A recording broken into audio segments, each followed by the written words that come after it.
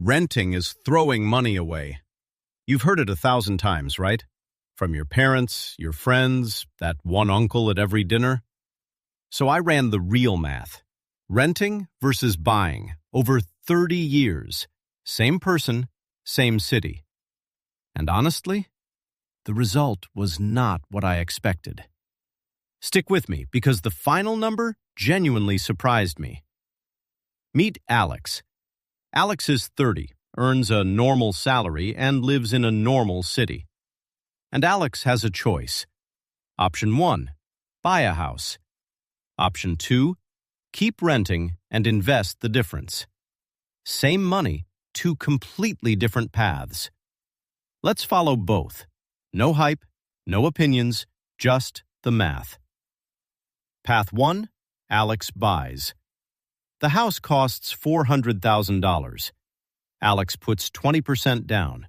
That's $80,000 gone from the savings account on day one. Then comes the mortgage, $320,000 at 6.5% for 30 years. And here's the part nobody likes to say out loud. Over those 30 years, the interest alone adds up to more than $400,000. You heard that right. Alex pays for the house almost twice. But it's not just the mortgage. Property taxes, home insurance, and the big one everyone forgets, maintenance. The roof, the boiler, the leaking pipe at the worst possible moment. Add it all up, and owning this house costs Alex around $2,900 every single month. Keep that number in mind, because Path 2 is about to get interesting. Quick pause. If this is already useful, hit subscribe. I break down money decisions with real numbers, not hype.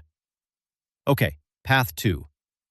Path 2, Alex rents and invests. The exact same home rents for about $2,200 a month. That's $700 less than owning.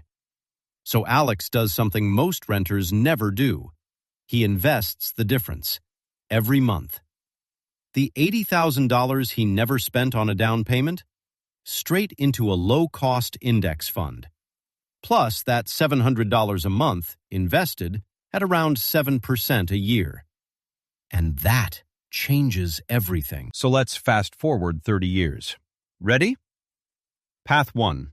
Alex, the owner. The mortgage is finally paid off. And the house?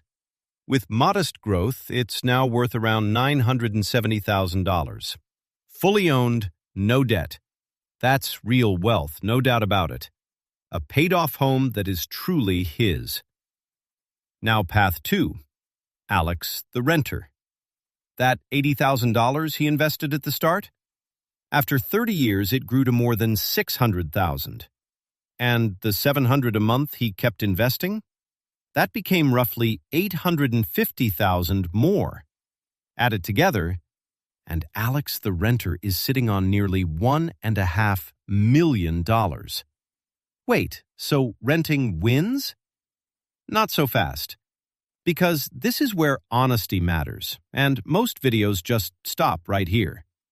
Path 2 only works if Alex actually invests that difference every single month for 30 years without touching it. And let's be honest, almost nobody does that. A mortgage is forced saving.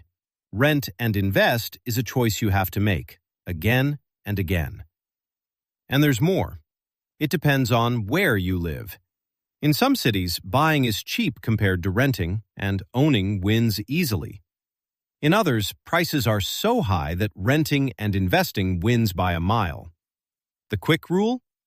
Compare 1 year of rent to the price of the home.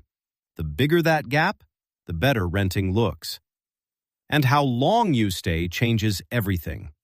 Buying comes with huge upfront costs. If you sell after just 3 or 4 years, those costs can wipe out your gains completely. Buying usually only pays off if you stay put for at least 5 to 7 years. So what's the real answer? It's not renting is throwing money away. That's the myth. The truth is quieter and far more useful. Buying builds wealth almost automatically through forced saving and a paid-off home. Renting can build even more, but only if you have the discipline to invest every single month. Both can win. The real question isn't rent versus buy. It's, which kind of person are you? If this cleared things up, do me a favor and subscribe. It genuinely helps the channel. And next, I'll show you the exact point where buying finally beats renting. It's closer than you think. See you there.